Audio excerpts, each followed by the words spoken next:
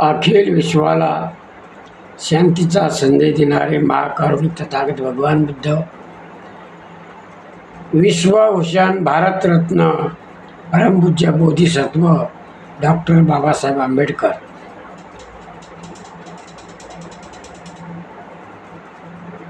भगवान बुद्ध आणि त्यांचा धम्म आणि त्यांचा संघ या त्रिरत्नांना त्रिवार अभिवादन.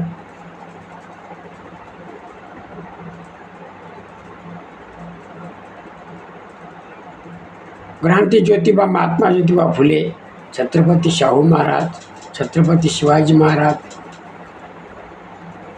संत गाडगे बाबा, संत तुकाराम महाराज, भीमाई रमाई जिजाऊ सावित्री यशोधरा महामाया, यशोधरा सर्व, तसेच ज्या ज्या मानवांनी बहुजनासाठी आपलं जीवन खर्च केलं त्या सर्व मानवांना त्रिवार अभिवादन. मित्रांनो, भगवान बुद्ध आणि त्याचा धम्म या ग्रंथावर आपण व्हिडिओ बनवत असतो. व्हिडिओ बनवण्या अगोदर आपण समर्पण घेतो, तर आपण समर्पण घेऊया, नंतर व्हिडिओला सुरुवात करू. सुखो बुद्धानुमुपादो सुखा सधम्म देशना सुखा संघस्य सामगे समागान तपो सुखो. सुखद बुद्धाचा जन्म, सुखकर सद्धम्म उपदेश, सुखकर संघ एकता, सुखद सम्मो तपस्या. धम्मपद बुद्धवगो 14:194. समर्पण संपलेलं आहे आणि आजच्या व्हिडिओला आपण सुरुवात करणार आहोत. आपण काल पाहिलं होतं, कालच्या व्हिडिओमध्ये आपण महामंत्र्याकडून राजपुत्राची समजूत तर कशी समजूत घातली हे कालच्या व्हिडिओमध्ये आपण पाहिलेलं आहे. आज आपण राजपुत्राचे महामंत्र्याचे उत्तर. सिद्धार्थ गौतम या महामंत्रीय उदयन या महामंत्र्याला सिद्धार्थ गौतम काय उत्तर देतात हे आपण या भागात पाहणार आहोत. राजपुत्राचे महामंत्र्यास उत्तर. पवित्र परंपरेने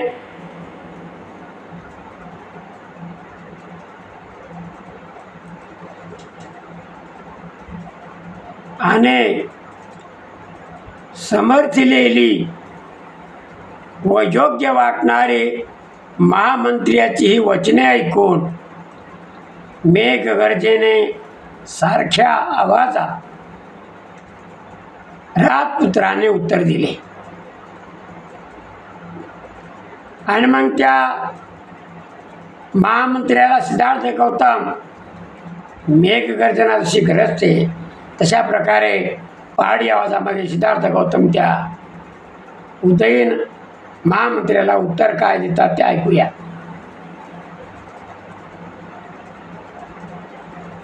महामंत्र्याचा माझ्याबद्दल स्नेहभाव व्यक्त करणारी तुझी ही भाषा तुला योग्यच आहे.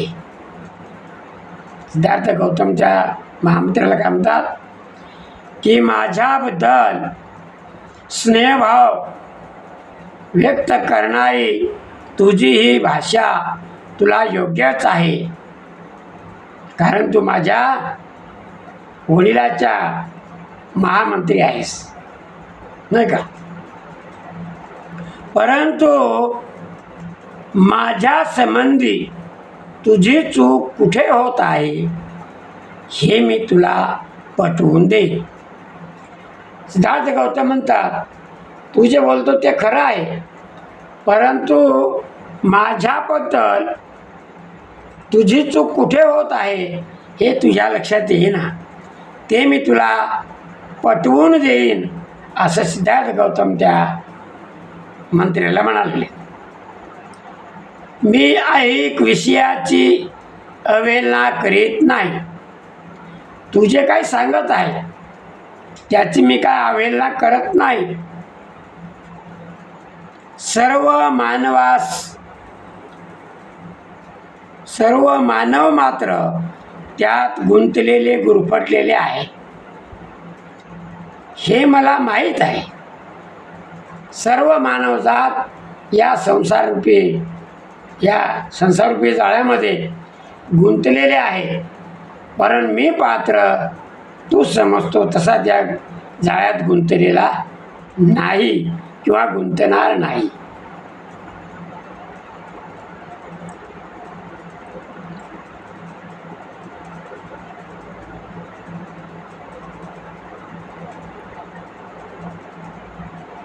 हे मला माहीत आहे. पण हे जग अनित्य आहे याची जाणीव असल्यामुळे माझे मन त्यात रस नाही. तू सांगतो ते खरं आहे, पण मला बी एक सत्य समजलेलं आहे की हे जग अनित्य आहे, प्रत्येक क्षणाला बदलत आहे. हे सत्य मला समजलेलं आहे. म्हणून त्यामुळे माझे मन तू जे सांगतो या सुखामध्ये रमत नाही.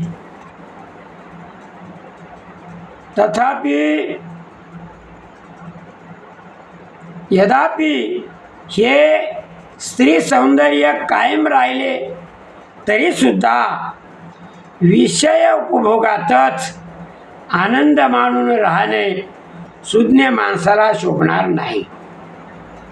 आणि तू म्हणतो की या संसाराचा आनंद प्रत्येकात स्त्री सौंदर्य हे कायम जरी राहिलं असतं तरी विषय भोगातच आनंद मानून राहणे हे शहाण्या माणसाला शोभणार नाही, असं सिद्धार्थ गौतम त्याला सांगतो.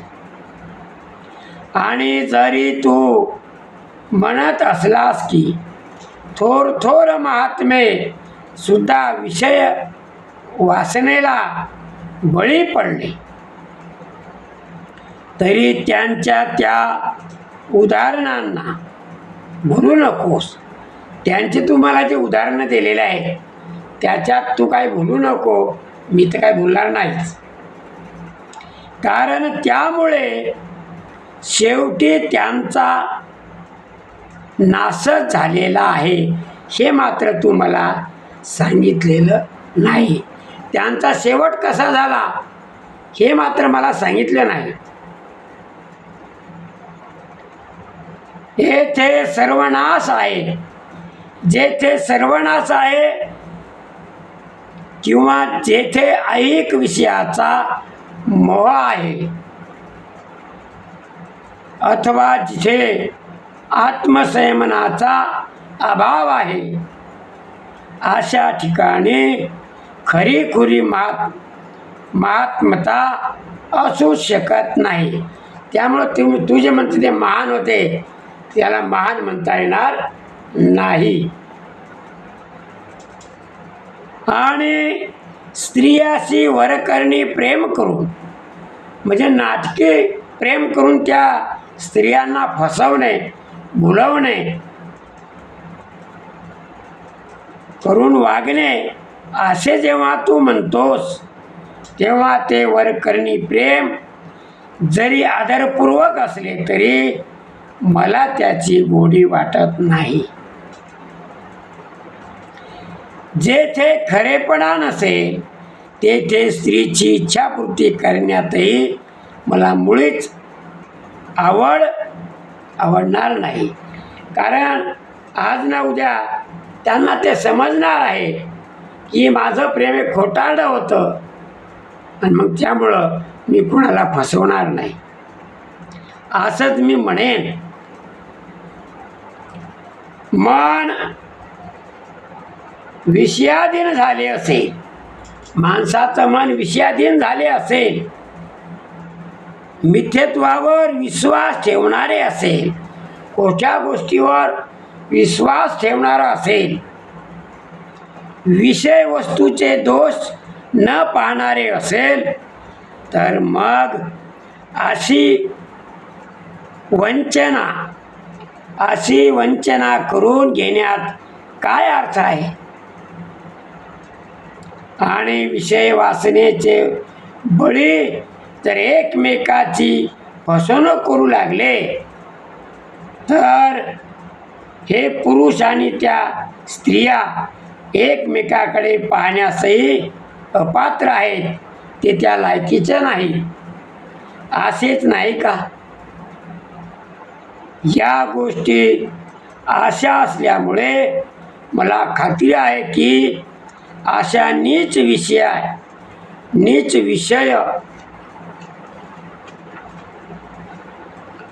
विषयभोगाच्या कुमार्गाकडे तू मला नेणार नाहीस. तू मला खरा मित्र समजतोस ना? मग राजपुत्राच्या या दृढ संकल्पाने उदयन निरुत्तर झाला. तर उदयन मंत्र्याला काही उत्तर देता येईना आणि त्याने ही सर्व हकीकत त्याच्या पित्याला म्हणजे राजा शिधोधनाला निवेदन केली, म्हणजे सांगितली. आपल्या पुत्राचे मन सर्व प्रकारच्या विषयभोगापासून परावृत्त असल्याचे जेव्हा शिधोधनाला समजले तेव्हा त्याला त्या संबंधी रात्री झोप लागली नाही आणि हृदयात बाण रुतलेल्या हत्तीसारखा तो विवल झाला, म्हणजे दुःखी झाला. कोण? शिधोधन राजा. राजपुत्र सिद्धार्थाला भोगमय जीवनाच्या सुखाकडे आकर्षित करण्याचा मार्ग शोधण्यासाठी व आपल्या जीवनाला ज्या प्रकारची कलाटणी तो देण्याचा संभव होता त्यापासून त्याला प्रवृत्त करण्यासाठी राजा शिधोधनाने आपल्या मंत्र्याच्या सह विचार करण्यात पुष्कळ वेळ खर्च केला. पण आतापर्यंत योजलेल्या उपायाखेरीज दुसरा कोणताही उपाय त्यांना सुचला नाही आणि ज्याच्या पुष्पमाला आणि अलंकार व्यर्थ ठरले, ज्यांचे हावभाव व लाडीगोडी निष्फळ ठरली, अशा आपले रतिभाव हृदयात लपवून ठेवलेल्या त्या युवतीचे ते अंतपूर विसर्जित करण्यात आले.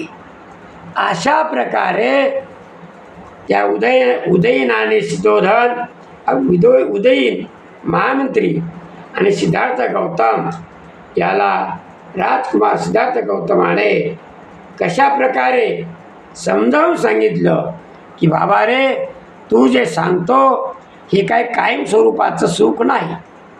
कारण मला सर्व कळालेलं आहे की हे जग अनित्य आहे.